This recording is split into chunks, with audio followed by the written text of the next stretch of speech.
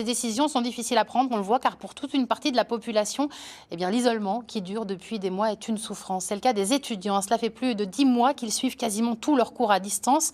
L'apprentissage est parfois laborieux, notamment pour ceux qui entament leur cursus. Alors entre inquiétude pour leur avenir et isolement, on l'a dit, c'est toute une génération qui se sent à l'arrêt. Lydia Quérin avec Didier Bert. Elle a à peine eu le temps d'arpenter les couloirs de l'université. En première année d'études culturelles, Moya Ajas, 18 ans, ne voit aucun autre étudiant ou professeur depuis 3 mois. Tous ses cours sont dispensés en ligne. On ne comprend pas vraiment les cours. On reçoit juste un document ou quoi, ou alors on a de temps en temps un petit visio et puis il faut suivre, quoi.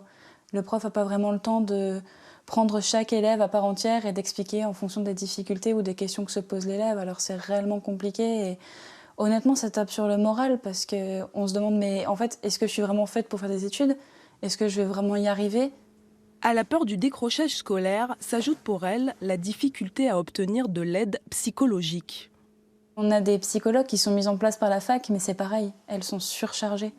L'Université de Lorraine estime que près de 300 étudiants sont en détresse psychologique. Pour faire face, ces premières années ont monté en vitesse une permanence téléphonique. Le but, soutenir leurs camarades isolés. Oui, allô, je vous appelle du coup concernant les problèmes suite au confinement. Je n'ai pas reçu mes bourses et j'ai perdu mon emploi pendant le confinement.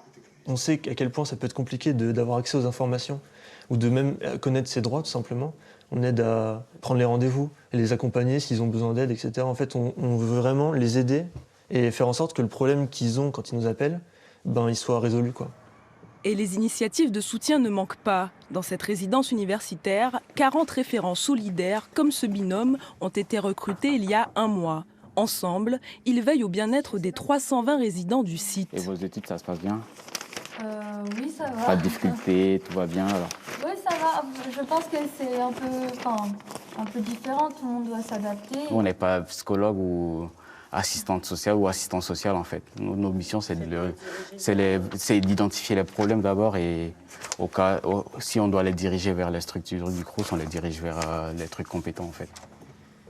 C'est la première année en cité universitaire pour Manon Bertrand.